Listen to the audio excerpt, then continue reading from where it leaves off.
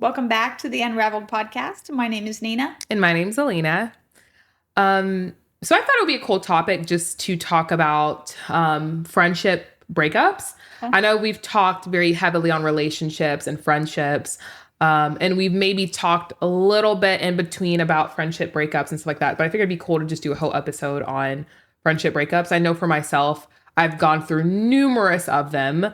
And for numerous different reasons as well. But I think it's important to still talk about what it looks like going through that, picking the right friends so maybe it's less likely to happen.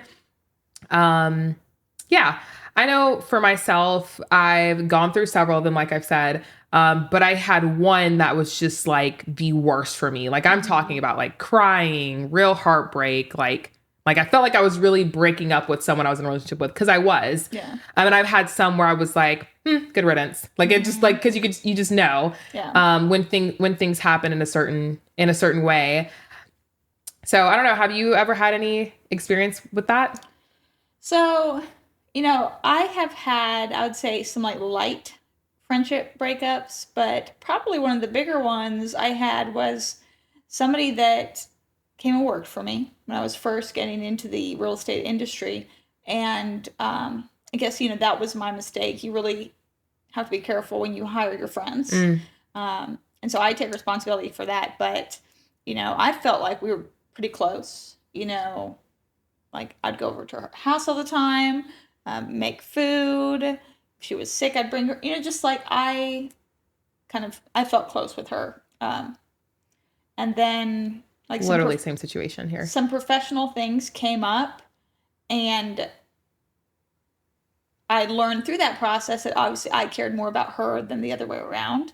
And it was so devastating to me. It felt like a breakup. Like I was like torn up completely about it. So I would say that was probably the hardest. And unfortunately, we've not been able to reconnect or kind of put the pieces back together since then. And I think she's amazing. She's beautiful, talented, an amazing host. And I wish her and her family all the best. But that was so hard for me because like in my heart, I think I really loved her as a person and cared about her and her family. But then just certain boundaries professionally were being crossed that I was not okay with. And when I tried to address them, like the whole thing blew up. So then that told me like, I think she was my friend for the opportunity I could provide to her, less about me. And that was hard for me to accept. But again, technically it was my mistake because I hired her up front. And you should it's not like you hired her and she was your friend first. Y'all built a friendship through the work relationship. So in the day, I wouldn't even say like that's you to blame yourself. Like you get close to the people that you work with, it happens. Regardless if you're the boss or not, at the end of the day, like if y'all were colleagues, y'all still would have built a relationship over time because you're working very closely together. So it happens. Well, the challenge was that she forgot her place. Well, so when it came to business. That's the hard part, right? Because on a personal level, I had so much to learn from her because she was older than me. She was already a mom, and I loved talking with her and she was very wise in some things. But then when it came to the business side, I was ahead of her. And so the role that she was supposed to take on was technically my like employee. And I ended up, she wanted to have she wanted to be on the same level without putting the same amount of work in. She wanted to split all the compensation equally without putting in 50% of the work. And that's not how that goes. Sure. I don't think there's anywhere where you can contribute 10% and get a 50% profit. So, I mean, it took me months and months and months to finally cut that tie and be like, hey, professionally, this is the line in the sand. And then everything blew up. And I mean, literally the week prior to that, I brought food over to her house because she was sick. And the final straw was that all these things I was doing for her, I got her coaching, helping her with different things. She sent me an invoice for, her efforts. And it was so inflated, like beyond. So for example, doing like a signing for a contract that takes you 10 minutes, $600, like and so that hurt me too. Cause I was thinking like, I have offered so much value but since then I kind of have been more scared and cautious in hiring for sure. But I don't think I would ever like work super closely with someone and to build a friendship. I agree. Mm-hmm. I agree. Or if I did work with them, there'd be clear-cut boundaries from the Absolutely. get-go. Absolutely. And we would have checkpoints because the relationship is more important than the working relationship. Mm-hmm. I think anyway. I agree.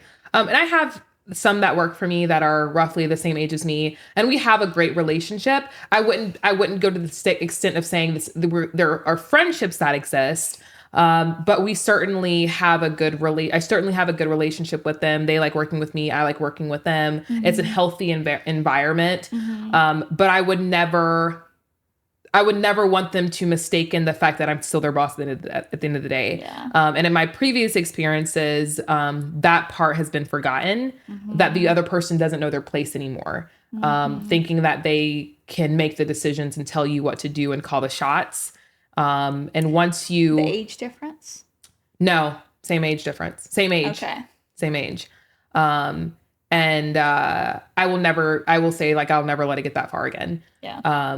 And that's where one of the hardest friendship breakups I had was, is the friend that worked with me. She forgot her place. Mm-hmm. Yeah. The other challenge too. And she wasn't happy with the repercussions of that and me having to put her back in her place. Yeah. Because it got really nasty. And at that point I was like, you're not going to talk to me that way. Mm-mm. No. I'm the one that cuts the checks. Yeah.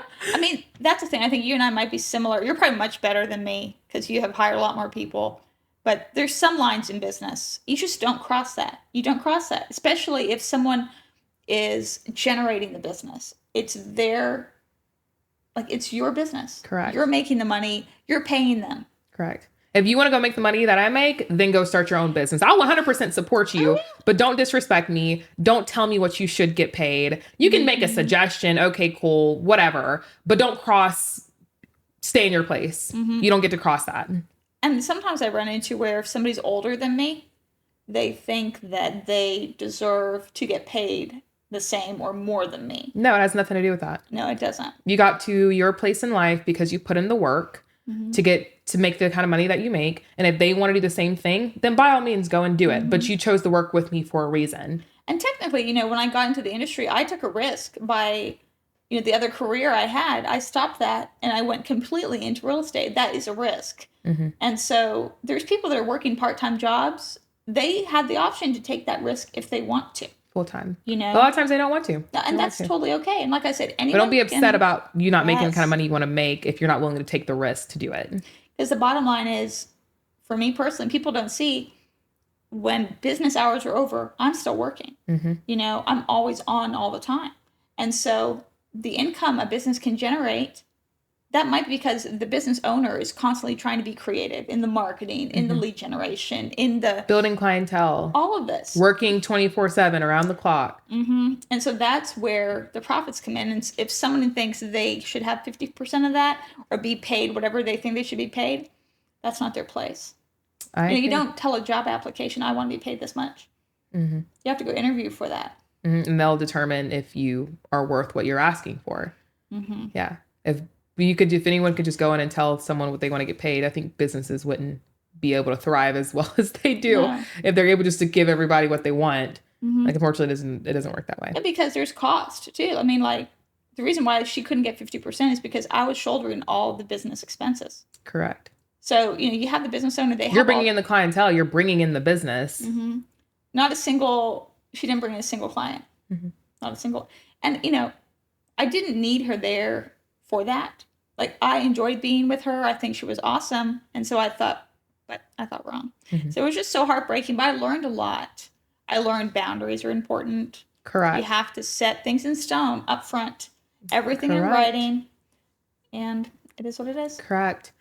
I think you're always going to have disagreements with friends and other people. But I think what's more important is how the other person communicates and how you're able to communicate with that person. Mm-hmm. Like, I just had a conversation with one of my really good friends the other day, and he was telling me that apparently in a conversation, I said something that I wasn't supposed to say that other people didn't know about. And I thought everybody knew about it. And he was like, Alina, I would just really appreciate if you wouldn't if you wouldn't tell my business, basically. And I was like, I'm so sorry. I thought the other people in the room knew. So, I took accountability of it. I apologized. And I was like, I'll be more mindful about it. In that moment, I could have gaslighted him and said, you shouldn't have done it. Da, da, da, da, da, da, da. But no, I was like, I got to take accountability for the fact that I said something that I probably shouldn't have said. But I say all of that because at the end of the day, like, you're going to have disagreements with people, but it's so important on how you communicate with those people and how that relationship ends because of the communication. Yeah. And I think that's a really good thing to consider when you're picking the right friends, or else you're going to have more friend breakups because you deal with people who cannot communicate. And part of the reasons why I've had so many friendship breakups is because of lack of boundaries and poor communication. Most of my friends that I had under the age in my early 20s, I no longer have anymore because of lies and stealing and and numerous other things that could have been resolved if we were on the same level or had enough respect for each other or communicated better. Like, there's been friends where I've went and told them, like, hey, I don't appreciate you doing this. Whatever. And at the time in my life and in my early 20s, it was really hard for me to be able to process my emotions, communicate my emotions very well, and being able to let people go who weren't for me. But I was in that phase of my life where I was just cutting anybody off who wasn't respecting my boundaries. And it wasn't like I'm asking for a lot. I'm just asking you to, be a decent person. Like, don't treat me wrong. Steal. Yeah. Like, I had one friend, she was helping me do my hair, and she left, in the summary, she left it very matted in the middle of my hair. And I didn't know about it until later. When I was like feeling around, I was like, what the heck? This feels weird. It doesn't feel very right. And basically she was trying to hurry up and rush doing my hair and combined like a bunch of braids together instead of doing them single. I know it might be complicated to understand, but, and I called her on it. I was like, hey, I don't really appreciate you doing that. Why did you do it that way? I would have just appreciated you just not doing it if you were going to rush through it. And she just gaslighted me. And she was like, well, we were trying to go out and da da da da da. And I was like, you know what? It's okay. We don't even have to have this friendship. All you had to do was say, I'm sorry. I shouldn't have done it that way. Da, da, da. I was rushing. Like, just take accountability and be done with it. Yeah. And that was the end of that friendship. End of the day, like, I was direct about how I felt. You didn't acknowledge my feelings. You didn't even take accountability for it. I don't need this in my life. Yeah. And that's the thing. It's just being okay with just realizing this person is not really for me. This person is here to take advantage of me. Because I think if a person's really... But also doesn't respect you. Yeah. And like, you don't want people in your life who aren't going to respect you, who aren't going to respect your boundaries. You just don't want that. Because the thing is, I think if someone's in your life that respects you, even if there's conflict or disagreements, there's a route to resolving it potentially versus someone that doesn't respect you at all. Then they'll probably just try to gaslight you or just be disrespectful, Sure. But I think people make it clear. Pretty clear, at least. I agree. But when you're younger, I didn't recognize it as easily, for sure. Sure. Yeah. Makes sense. Well, I think that wraps us up for today. But let us know in the comments if you have any stories you could share about friendships, things you've learned from breakups, friendships, or friendship breakups. But thank you for watching, and we release a new episode every Wednesday. You can follow us on social media and listen to us wherever you listen to podcasts. Thanks for watching.